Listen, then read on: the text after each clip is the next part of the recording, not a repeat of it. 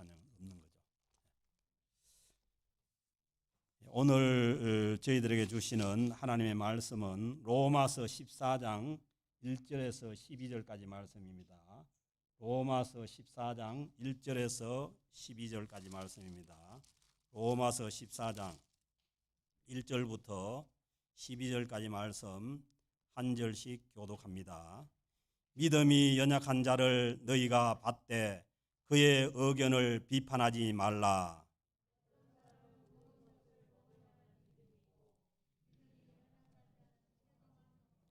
먹는 자는 먹지 않는 자를 업신여기지 말고 먹지 않는 자는 먹는 자를 비판하지 말라.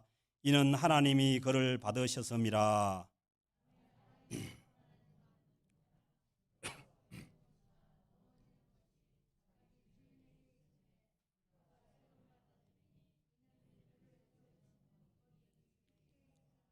어떤 사람은 이 날을 저날보다 낫게 여기고 어떤 사람은 모든 날을 같게 여기나니 각각 자기 마음으로 확정할지니라.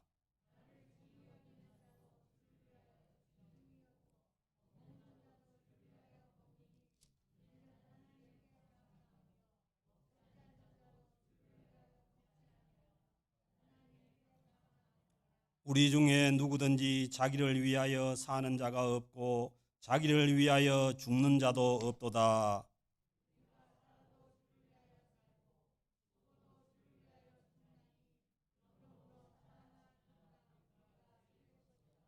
이를 위하여 그리스도께서 죽었다가 다시 살아나셨으니 곧 죽은 자와 산 자의 주가 되려 하심이라.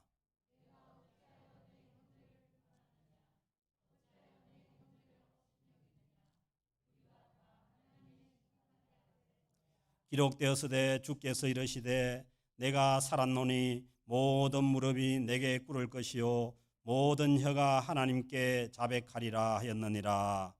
이러므로 우리 각 사람이 자기 일을 하나님께 짓고 하리라. 아멘. 5월달 가정의 달을 맞이해서 저희들이 어린이 주일과 어버이 주일을 지키고 또 다시 계속해서 로마서 강해로 돌아왔습니다. 아시다시피 로마서 1장부터 11장까지는 우리가 어떻게 예수 그리스도를 믿고 구원 얻는가에 대한 말씀이었고 12장부터는 예수 믿고 구원 얻은 사람들이 어떻게 살아가야 하는가에 대한 말씀이 계속되고 있습니다.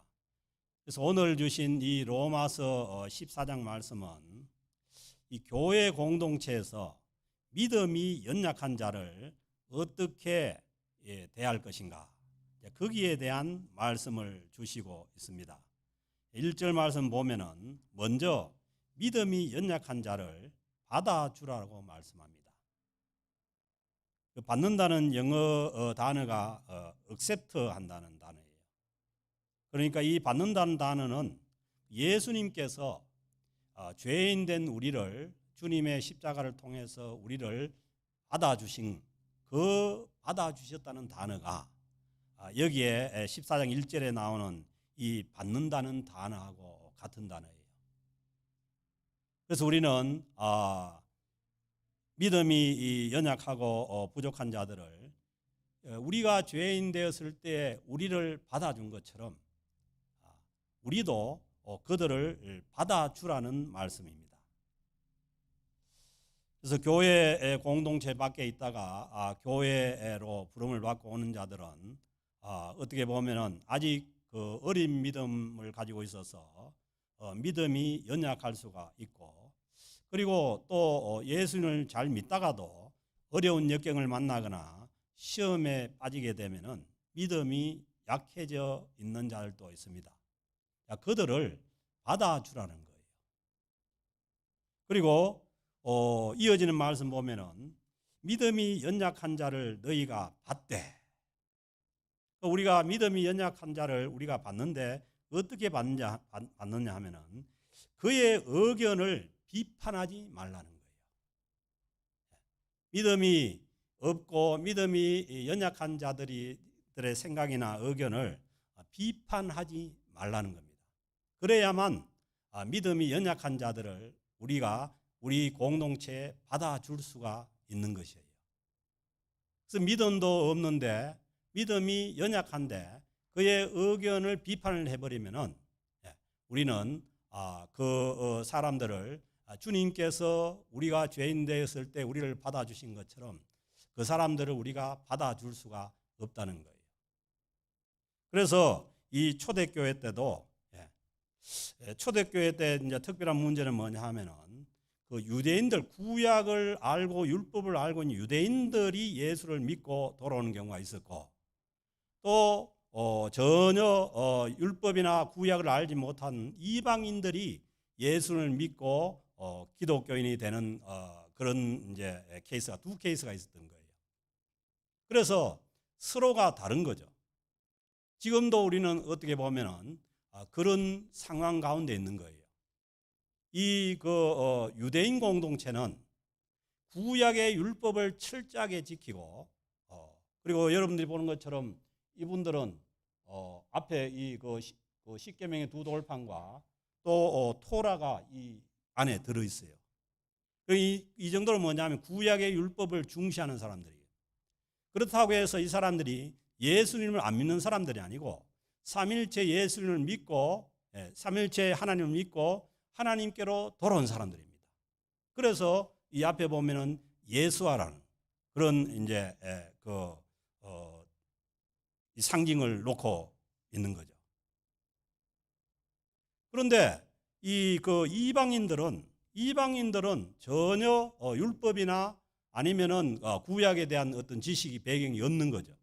단순히 바울과 그 사도들이 전하는 예수 그리스도의 복음을 믿고 돌아온 사람들입니다.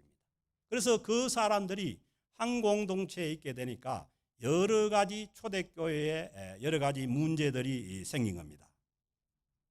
그런데 이제 그 문제 중에서 어떤 것이 이제 또 문제가 됐냐 하면은 먹는 문제가 있습니다. 먹는 문제. 무엇을 먹고 못 먹느냐, 그런 문제가 있었던 거예요. 그래서 우리가 잘 아는 것처럼 레위기 11장에 보면은 이 유대인들은 철저하게 이 음식 규례를 지킵니다. 그래서 저희들이 여기에 올 때 처음에 그 사람들이 얘기하는 게 음식 규례를 얘기하는 거예요. 그 돼지고기와 같은 그런 레위기 11장에서 부정한 음식으로 분류된 그 음식들은 이 사람들은 아예 이 성전 안에서는 먹지 않는다는 거예요.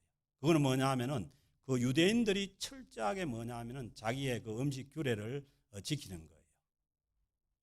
그래서 이제 그런 문제가 있는 거죠. 그래서 2절에 보면은 어떤 사람은 모든 것을 먹을 만한 믿음이 있고, 또 하나는 어떤 문제냐면은 그 음식을 특히 이제 그때는 고기를 그냥 시장에 바로 갖다 내다 팔 수가 없고, 이 이방 신전에다가 고기를 갖다 놓고 있다가 그 고기를 시장에 내다 파는 그런 이제 일이 있었던 거죠. 그래서 이제 그렇다면은 그 이방 신들에게 드려진 그 음식을 이제 예수 믿고 구원 얻은 사람들이 그것을 먹느냐 못 먹느냐 하는 그런 문제가 이제 부닥친 거예요. 그래서 어떤 사람은 먹어도 된다는 사람들이 있죠. 왜냐하면은 우상이라는 것은 글자 그대로 아무것도 아닌 거죠. 어리석을 우자에다가 그냥 뭐 돌이나 뭐 나무나 뭐 가지고 만들어 놨으니까 아무것도 아닌 거죠. 그래서 뭐 아무것도 아닌 그 우상 앞에다가 음식을 갖다 놨다가 뭐 시장에 나와서 파는 음식을 먹는 게 그게 뭐 문제가 됐냐는 거예요. 그런데 또 한편으로 구약의 음식, 그 유대인들의 그 음식 규례에 의하면은 이방 신들에게 드려진 그 음식은 먹지 않는다는 그런 이제 문제가 있었던 거죠. 그래서 이제 한쪽에서는 먹어도 된다 하는 그런 믿음이 있고, 또 그 믿음이 연약한 자는, 그러니까 믿음이 있는 자는 그걸 먹어도 아무런 문제가 없다고 생각하는 사람들은 먹는 거예요. 먹어도 문제가 없는 거죠. 우상이 무슨 힘을 발휘하는 것도 아니고 우리들에게는 우상이 아무런 문제가 없지 않습니까? 그래서 이제 그 믿음이 있으면 뭐 맛있게 먹어도 상관이 없는 거예요. 단지 문제는 뭐냐 하면은 그 이방 신 앞에가 오래 갖다 놓으면 뭐예요? 음식이 부패하거나 아니면 그때는 냉장고도 없고 하니까 뭐 파리 같은 게 날아와 가지고 뭐 병균을 옮겨 놓으면은 그러면은 문제가 되는 거예요. 그 위생상의 문제지 그 우상 앞에 뭐 갔다 왔다 해 가지고 뭐 음식이 잘못된 게 아니라는 거예요. 그런 믿음이 있으면은 뭐 그런 음식 얼마든지 먹을 수 있는 거죠. 그런데 이제 또 한편으로는 그 유대인들 가운데 아니면은 이 금욕주의 종교를 믿던 사람들, 특히 이제 그 뭐 구약 이 예수님 오셨을 때 에세네파나 이런 사람들은 아주 금욕을 중시하는 사람들이에요. 그러니까 뭐 고기를 안 먹는 사람들이에요. 그런 사람들은 예수를 믿어도 고기를 먹는 것이 어려운 거죠. 그러니까 뭐예요? 믿음이 연약한 자는 채소만 먹는다는 거예요. 그래서 이제 우리가 생각할 때는 뭐 우상한테 갔다 온 그 아무 음식이나 막 먹는 사람들이 믿음이 없는 것 같은데 여기에 보면은 그런 것을 가려 가지고 뭐 아무거나 먹지 못하고 채소만 먹는 사람들이 어떻게 보면 믿음이 연약한 자들인 거예요. 그래서 이제 그런 먹는 문제가 이제 생겼어요. 생기니까 3절에 보면은 그거는 큰 문제가 아닌 거예요. 그 여러분들이 아는 것처럼 그 감자를 삶아 가지고 이제 먹는데 어떤 지방 사람들은 그걸 서울 사람들 같은 경우는 설탕에 찍어서 먹어요. 감자를 삶아 가지고. 근데 이제 시골에서는 설탕이 잘 없어요. 귀하고. 그러니까 그걸 이제 그 소금에다가 찍어 먹죠. 그리고 또 어떤 사람들은 뭐 강원도에서는 막 고추장에 찍어 먹는 사람들도 있는데 그러니까 그걸 감자를 뭐 소금에 찍어 먹든지 아니면은 뭐 고추장에 찍어 먹든지 뭐 그 큰 문제가 아니지 않습니까? 그래서 그런 먹는 문제가 그런 것들이 그것 때문에 이 그 공동체가 분열이 되고 서로 판단하고 비난하고 그럴 문제가 하나도 아니라는 거예요. 뭐 소금에 찍어 먹든 뭐 고추장에 찍어 먹든 아니면은 뭐 먹든 뭐 상관이 없는 거죠. 그래서 이 3절에 보면은 먹는 자는 먹지 않는 자를 업신여기지 말고, 그러니까 자기가 먹을 수 있다는 믿음, 그 자칭 뭐냐 하면은 자기의 믿음이 좋다는 것 때문에 그 채소만 먹는 먹지 못하는 사람들을 업신여기지 말라는 거예요. 그 업신여긴다는 게 쉽게 얘기하면 깔본다는 얘기 아니에요. 그래서 이제 이 공동체 안에서, 교회 공동체 안에서 먹는 것 때문에 이런 문제가 있어서 서로 업신여기고 뭐 다른 사람을 비난하고 비판하고 그런 것은 뭐냐 하면은 기독교인들이 이 예수를 믿고 구원 얻은 하나님의 백성들이 살아가는 본질적인 문제가 아니라는 거예요. 저도 시골에 살 때는 회는 고추장에만 찍어 먹는 줄 알았어요. 그런데 이제 이게 뭐 서울에 오니까 간장에도 찍어 먹고 뭐 또 저기 어디 가니까 된장에도 찍어 먹고 그러는데 그런 문제가 아닌 거죠. 그래서 이 먹는 문제 때문에 어떤 사람을 업신여기지 말고, 그리고 먹지 않는 자는, 또 먹지 않는 사람은 그걸 먹는 사람들을 비판하지 말라는 거예요.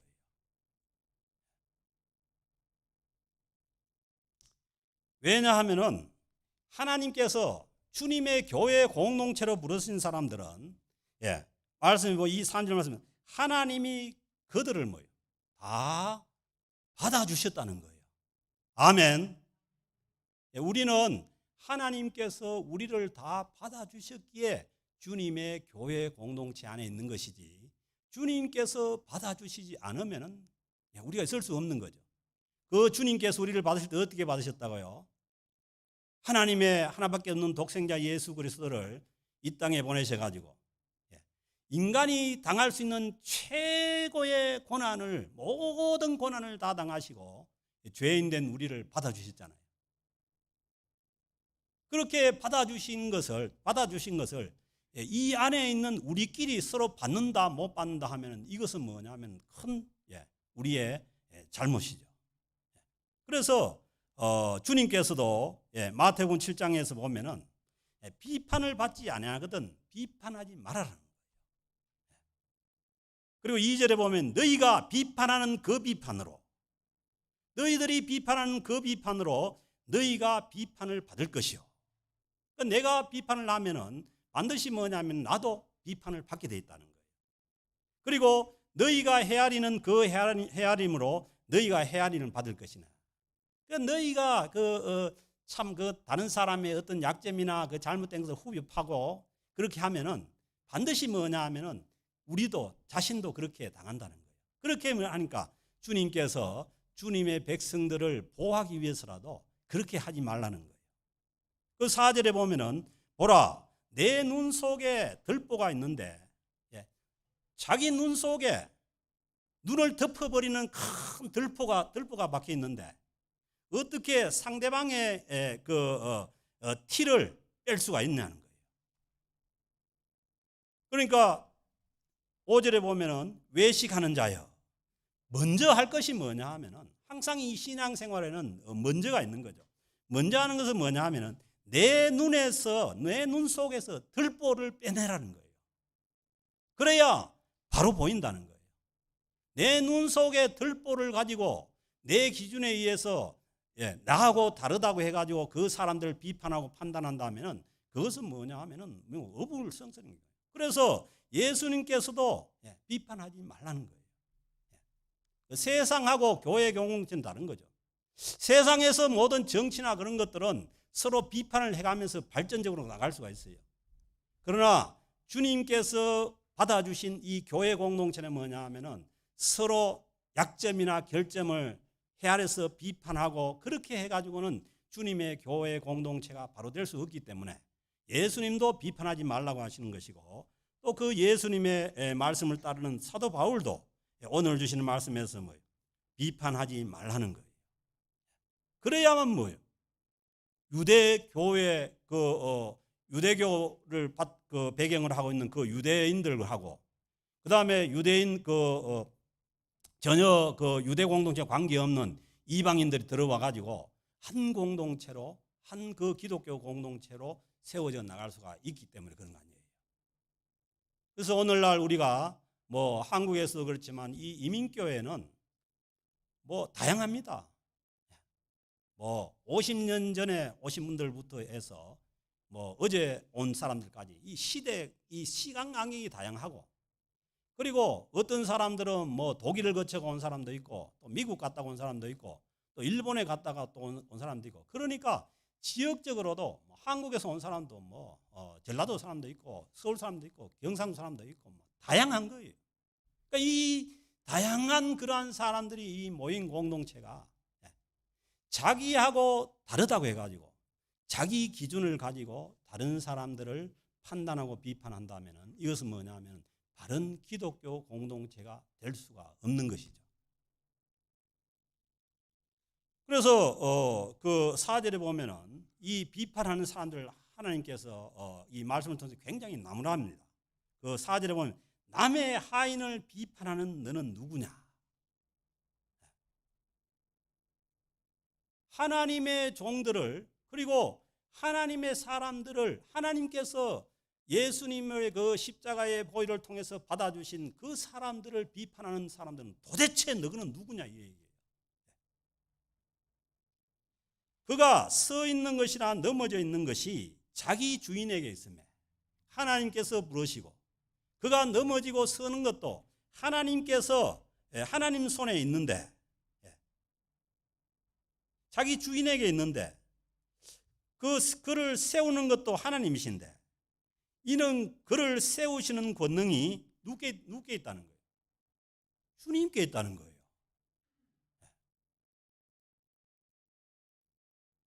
그래서 뭐 믿음이 약하고 아니면은 뭐 시련을 당해가 넘어져 있고 하더라도 우리가 할 것은 그것을 일어나도록 기도해주고 위로해주고 격려해주고 그렇게 하는 거지 그것을 가지고 비판할 일이 아니라는 거예요. 그리고 그를 세우시는 권능이 주님께 있다는 거예요. 주님이라는 것은 우리 믿는 자들의 주인이 주님이시잖아요. 그리고 교회의 주인이 주님이시잖아요. 그러니까 주님께 있다는 거예요. 그래서 우리는 하나님 앞에서 우리의 마음을 넓혀야 됩니다. 나도 하나님께서 부르신 것이고 저 사람도 하나님께서 부르신 것이고 아무리 나하고 달라도 다 하나님께서 부르신 사람들이기 때문에 그 사람들을 액셉트하는, 수용하는 게 필요하죠. 그래야만 공동체가 넓혀질 수가 있는 거예요. 항상 내 기준에 맞는 사람들만 있으면은 그건 뭐냐 하면은 그 사람들밖에 있을 수가 없는 거예요. 그래서 우리는 오늘 이 말씀을 대하면서, 왜냐하면은 하나님께서 다 부르신 거예요. 그러니까 한없이 우리의 하나님의 마음을 닮아서 우리의 마음을 넓혀야 됩니다. 그래야만 수용이 되는 거예요. 그래서 우리가 가정의 달을 보내면서 가정도 마찬가지예요. 가정도 우리의 마음을 넓혀야만 그 가정이 평화롭게 모든 것이 수용이 돼서 하나가 돼서 일치를 이루어갈 수가 있는 것이죠. 그리고 또 문제가 뭐냐면 5절에 보면 어떤 사람은 이날을 저날보다 낫게 여기고, 그 날짜 문제도 그래요. 날짜 문제도 어떤 문제가 있느냐 하면은 유대인들은 뭐예요? 유대인들은 안식일을 아주 귀하게 여기죠. 구약 시대 때부터 안식일을 귀하게 여기니까 그 사람들은 뭐냐면 안식일 날 예배를 드려야 된다는 거예요. 그래서 뭐예요? 이 유대 공동체는 지금도 뭐예요? 안식일에 예배를 드리는 거 아니에요. 자기네들이 생각하는 토요일 안식일에 예배를 드리고 있는 거 아니에요. 그런데 기독교 공동체는 뭐냐 하면은 예수님께서 부활하신, 예수님께서 안식일 전날 돌아가셨다가 안식일 날 무덤에 있다가 안식일 후에, 안식 후 첫날에 부활하셨잖아요. 그러니까 그 주님의 부활하신 그날에 초대교회가 예배를 드리고 있었던 거죠. 그러니까 유대 공동체에서 들어온 사람들은 토요일 날 안식일에 예배를 드려야 된다. 그러니까 이 사람들은 뭐냐 하면 안식일에 지금 예배를 드리는 거예요. 자기네들이 생각하는. 그리고 뭐예요? 이방 기독교 공동체는 뭐예요? 주님께서 부활하신 안식 후 첫날, 지금의 주일에 예배를 드리는 거예요. 그리고 구약에 뭐예요? 여러 가지 절기가 뭐예요? 있었던 거죠. 여러 가지 6월절부터 여러 가지 절기가 있었는데 그 절기를 뭐예요? 예수를 믿고 난 다음에도 6월절 절기를 지켜야 된다는 거예요. 그래서 뭐예요? 지금도 이 사람들은 뭐예요? 절기를 지키는 거예요, 지금도. 그래서 오늘이 사실은 이 사람들의 중요한 절기 중에 하나인데, 그래서 우리 보고 바깥에 나가라고 그렇게 했는데 이 사람들이 이제 그걸 옮겨준 거예요. 그러니까 점점 뭐예요? 복음적으로 가는 거죠, 이 사람. 그 자기들 때문에 우리가 나가면 안 될 것 같으니까. 그래서 그 날짜도 뭐예요? 5절에 보면 어떤 사람은 이날을 저날보다 낫게 여기고, 어떤 사람은 모든 날을 같게 여기나니. 이방인들은 상관이 없는 거죠. 이방인들이 자기네 절기가 아니니까 그냥 예수만 믿고 왔으니까. 그러니까 아무 상관이 없는 거죠. 어떤 사람은 모든 날을 같게 여기니 각각 자기의 마음으로 확정할지니라. 이것 가지고도 어떤 날이 더 중요하다 아니면 어떤 날이 덜 중요하다 이 가지고 싸우는 게 아니라는 거예요. 그래서 뭐냐 하면은 자기 마음에 있는 자기의 믿음과 자기의 양심에 따라서 그 예배하면은 된다는 거예요. 그래서 이 기독교 공동체가 자연적으로 뭐예요? 유대 공동체가 사라져 버리고 이방인 공동체가 커지니까 주일날 예배를 드리게 된 거예요. 그 전통이 이제 지금까지 오는 거죠. 그래서 그거 가지고 어느 날이 더 중요하다, 덜 중요하다, 그거 가지고 싸우고 할 일이 아니라는 거예요. 그 6절에 보면은 나를 중히 여기는 자도 주를 위하여 중히 여기고, 어떤 나를 뭐 죽냐게 아니 그 유대인들이 그 구약의 절기나 아니면 안식일을 지키는 것도 주님을 위하여 한다면은 하는 거죠. 그리고 먹는 것도 주를 위하여 먹는다면은 상관이 없는 거죠. 그래서 이제 우리는 우리 신앙생활의 어떤 기준을 어떤 그 율법이나 아니면은 뭐 어떤 전통에 근거를 두는 것이 아니라 이게 정말 나를 십자가에서 구원해 주신 그 주님께 뭐예요? 주님을 위한 일이냐, 주님의 영광을 위한 일이냐, 그걸 가지고 판단하면 되는 거예요. 그래서 이제 저한테도 뭐 예수 믿는 사람이 술을 먹어야 되냐 안 먹어야 되는데 주님께 영광이 되면 먹으라는 거예요. 그렇지 않고 주님께 영광이 안 되고 주님의 영광을 가리거든 안 먹는 게 맞죠. 그리고 뭐 어떤 것을 우리가 행동을 할 때 하나님께 영광이 되면은 하는 거죠. 그리고 하나님께 영광이 안 되면은 그것은 하면 안 되는 거죠. 그리고 이 하나님께 영광이 되는 것은 뭐냐 하면은 이는 하나님께 감사함이요 먹지 않는 자도 주를 위하여 먹지 아니하며 하나님께 감사하느니라. 아멘. 하나님의 영광을 위해서 하게 되면은 마음에 뭐예요? 감사가 넘치는 거죠.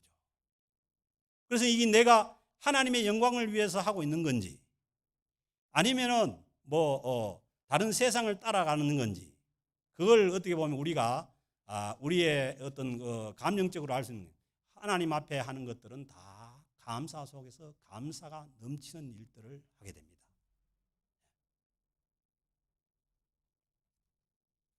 그래서 7절에 말씀하시죠. 우리 중에 누구든지 자기를 위하여 사는 자가 없고 보세요.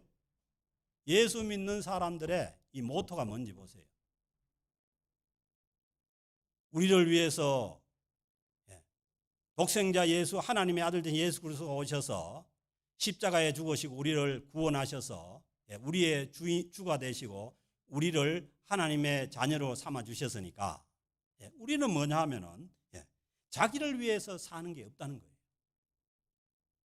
그래서 늘 말씀드리지만은 우리가 밥을 하는 것도 그렇고 나가서 일을 하는 것도 그렇고 자식을 키우는 것도 그렇고 또 우리 젊은 사람들은 공부를 하는 것도 그렇고 이게 뭐냐 하면은 토탈로 해가지고 다 전체로 해가지고 하나님께 영광이 되고 하나님께 드려지는 것이 우리 삶의 목표가 되는 거죠. 그래서 여러분들이 어떤 경우에 어떤 곳에 무엇을 하고 있든지 상관없이 내가 하는 모든 일들이 이게 하나님께 영광이 되는 걸로 그렇게 갈 때 자기를 위해서 살지 않는 거죠. 자기를 위하여 사는 자가 없고 자기를 위하여 죽는 자도 없도다. 심지어는 뭐예요? 죽는 것도 자기를 위해서 죽는 게 아니에요. 그래서 우리도 뭐예요? 죽음이 다가와도 죽는 것도 내게 아니니까 하나님께 영광이 되는 죽음으로 가야 되는 거죠.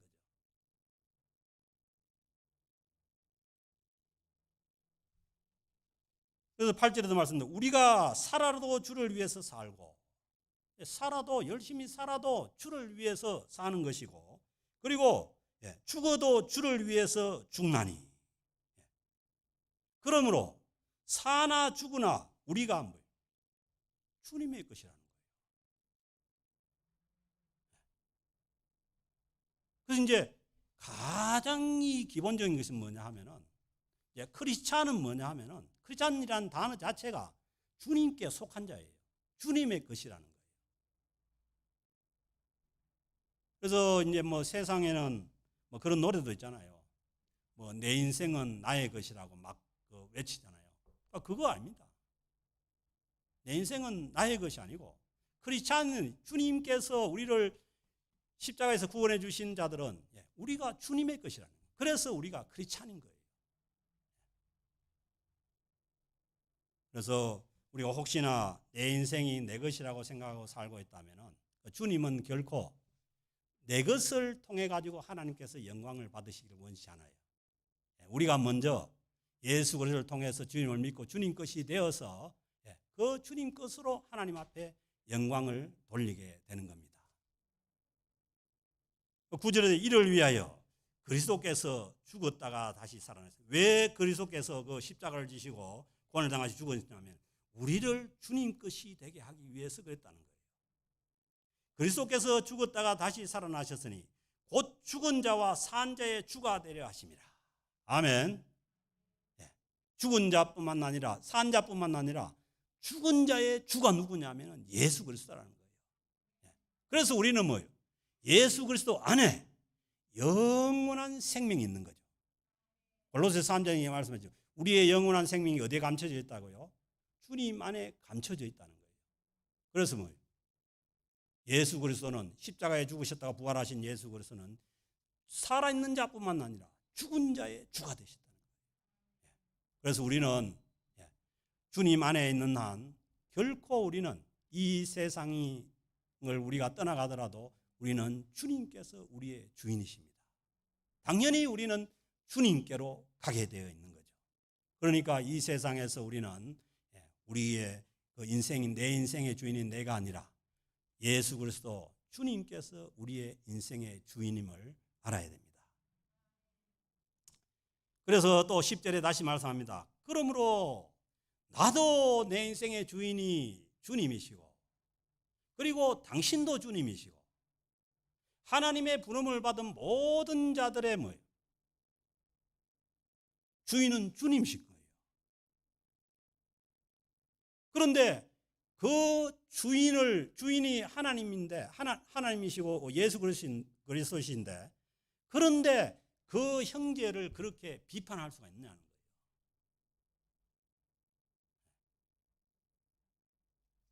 세상은 그렇게 할 수가 있어요. 예수 그리스도의 부름을 받은 우리는 그렇게 할 수가 없다는 거죠. 그래서 10절에 보니까 내가 어찌하여 내 형제를 비판하느냐. 왜? 주인이 주님이신데. 그리고 어찌하여 내 형제를 업신여기느냐. 그 자기의 그 믿음이 다른 사람보다 낫다는 그 알량한 어떤 그 기준이 모릅니다. 그 어린이 주일날 또 말씀드린 것처럼 뭐요? 어린아이와 같이 가장 순수한 사람이 뭐요? 하나님 나라에 들어간다고 했지 않습니까? 그러니까 하나님 앞에서 누가 믿음이 좋은지 믿음이 낮은지 뭐 좋은지 알 수가 지금 없습니다. 그러니까 알 수 없는 사람끼리 자기의 자칭 그냥 자기가 믿음이 좋다는 걸 가지고 다른 사람들을 비난하거나 비판하고 그렇게 하는 것은 안 된다는 거죠. 내가 어찌하여 내 형제를 비판하느냐? 어찌하여 내 형제를 업신여기느냐? 그 업신여긴다는 것, 다른 사람을 업신여긴다는 것은 뭐예요? 내가 저 사람보다 낫다는 교만 때문에 그런 거 아니에요. 그렇게 할 수가 없다는 거죠. 우리가 다 하나님의 심판대 앞에 서리라. 그러니까 다른 사람들을 저지먼트하고 심판하게 되면은 우리도 뭐냐 하면은 하나님의 심판대 앞에 선다는 거예요. 누가 하나님의 심판대 앞에서 다른 사람들을 정죄하고 그 판단하고 비판할 수 있는 사람이 어디 있느냐는 거예요. 하나님 없이 다 서로 비교하니까 내가 네보다 낫고 너는 내보다 못하고 그런 게 있는 거지. 11절에 기록되었으되 주께서 이르시되 내가 살았노니 모든 무릎이 내게 꿇을 것이요. 보세요. 모든 그 주님은 뭐예요? 만왕해 주시고 만주해 주시에요. 모든 무릎이 다 주님 앞에 꿇게 되는데 누가 다른 사람이 내보다 못하다고 해서 다른 사람의 믿음이 내보다 연약하다고 해서 그 사람들을 정죄하고 판단하고 의심여길 수가 있느냐는 거예요. 주께서 이르시되 이거는 이제 이사야서 있는 말씀인데 내가 살았노니 모든 무릎이 내게 꿇을 것이요 모든 혀가 하나님께 자백하리라. 뭐예요? 알량한 자기의 어떤 자칭 어떻게 보면 믿음이 강하다는 그런 착각으로 다른 사람들을 비판하고 판단하고 정죄한 모든 그 혀가 하나님께 자백하고, 그리고 12절에 이러므로 우리 각 사람이 자기의 일을 하나님께 다 직구하게 된다. 그러니까 하나님 앞에서 우리가 누가 다른 사람을 비판할 수 있고 판단할 수 있고 그렇게 할 수 있는 사람이 없다는 거예요. 그래서 우리는 다른 사람을 판단하고 정죄하기 전에 우리 자신들을 살펴야 됩니다. 주님이 말씀하시잖아요. 주님의 은혜가 아니면은, 예수 그리스도의 은혜가 아니면은 우리는 우리 눈에 있는 들보 때문에 다른 사람의 티를 잡을 수가 없어요. 그러니까 우리는 그 사람들을 긍휼히 여기고, 그리고 그들을 위해서 기도해주고, 그렇게 하는 것이 우리가 해야 될 일이라는 거예요. 그래서 중요한 것은 우리의 모든 그 죄악된 삶을 주님께서 받아주셨다는 거예요. 십자가에서 받아주셨다는 거예요. 그러니까 그 주님의 부름을 받고 주님의 교회 공동체 안으로 들어온 우리는 주님께서 우리 죄인된 우리를 받아주신 것처럼 우리 모두도 서로를 받아주고, 특별히 믿음이 연약한 자, 또 시험을 당하여서 어려운 가운데 있는 자들을 서로 억셉트해주고 용납해주고 받아주는 그런 공동체가 예수를 믿고 구원 얻은 하나님 백성들의 공동체입니다. 그래서 오늘 우리가 이 말씀을 또 듣고서 우리는 먼저 우리 자신들만 살펴도 힘에 벅차요. 내 안에 있는 잘못과 죄악을 살펴도 우리는 벅차요. 그러니까 내 안에 있는 것을 우리가 살피고 다른 사람들을 비판하기 위한 그런 것은 우리가 비판하지 말라고 하니까 그것은 주님 손에 맡기고 하나님께서 세우신다는 거예요. 그 세우시는 권능이 주께 있다는 거예요. 이것이 뭐냐 하면은 주님을 의지하는 믿음이죠. 주님을 의지하는 믿음의 반대는 뭐냐면 다 내가 하는 거예요. 내가. 저도 목회를 이렇게 해보지만은 젊을 때, 힘 있을 때, 이럴 때는 다 내가 하려고 그랬어요. 이제 한 60이 넘어가니까 제가 요즘 보면은 별로 뭐 이렇게 뭐 아무도 안 하는 것 같잖아요. 그러면 주님이 하신 주님. 사람도 주님께서 세우시고 주님께서 고치시는 거예요. 그래서 주님께 맡기시고 우리가 비판하기보다는 서로 사랑하고 격려하고 그리고 내 삶을 돌아보고 하나님께 영광을 돌려드리는 감사하는 삶. 하나님께 영광을 돌리면 우리에게 이 다가오는 특징이 뭐냐면 감사예요. 그래서 감사하는 삶을 살아가는 저와 여러분 되시기를 주의 이름으로 축복합니다. 하나님 아버지 감사합니다. 오늘 또 저희들을 사랑해 주셔서 주님 전으로 불러주시고 또 이 말씀을 통해서 우리가 또 예수 그리스도의 그 공동체 안에서 주님의 것이 된 사람들로서 우리가 서로를 사랑하며 격려하며 용서하며 용납하며 받아들이며 살아가는 하나님의 거룩한 사람들 될 수 있도록 주님께서 우리 모두를 축복하여 주옵소서. 하나님 우리 캘거리 영락 공동체 교회 공동체가 또 모든 믿음이 연약한 자들과 또 시험 속에 있는 모든 자들을 우리가 받아들이고 용납할 수 있는 저희 모두가 될 수 있도록 하나님께서 은혜를 베풀어 주옵소서. 그라해서 하나님께 영광을 돌려드리는 우리의 삶이 되게 하시고 우리 캘거리 영락교회 공동체가 될 수 있도록 성령님께서 우리를 인도하여 주옵소서. 감사드리며 우리 주 예수 그리스도의 이름으로 축복하며 기도드립니다. 아멘.